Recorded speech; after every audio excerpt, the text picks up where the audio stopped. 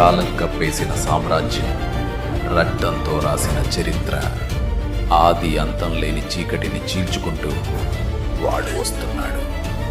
వాడు మనిషి కాదు, ఒక ప్రళయం. యుద్ధం వాడి రక్తంలోనే ఉంది. అడుగు వేస్తే ఎడారి కూడా వణుకుతుంది. భయానికి అసలైన అర్థం చూపించడానికి తరాలు మారినా వాడి పగ చావదు. ఈ సామ్రాజ్యానికి ఒక్కడే రాజు.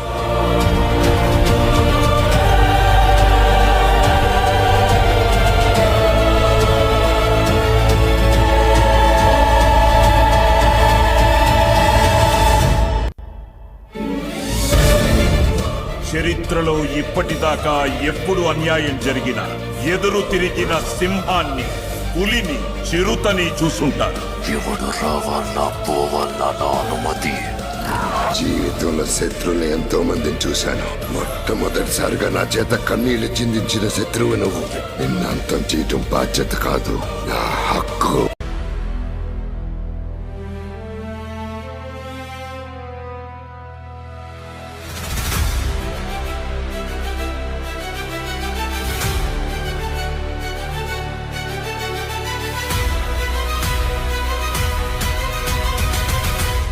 నువ్వు ఎదిగిన ఎత్తు నీది కాదు స్వామి, నీ అహానిది. కవుంచిన నాళ్ళు నీ అడుగు నేల మీద కాకుండా మా నెత్తి మీద వేసుండావు.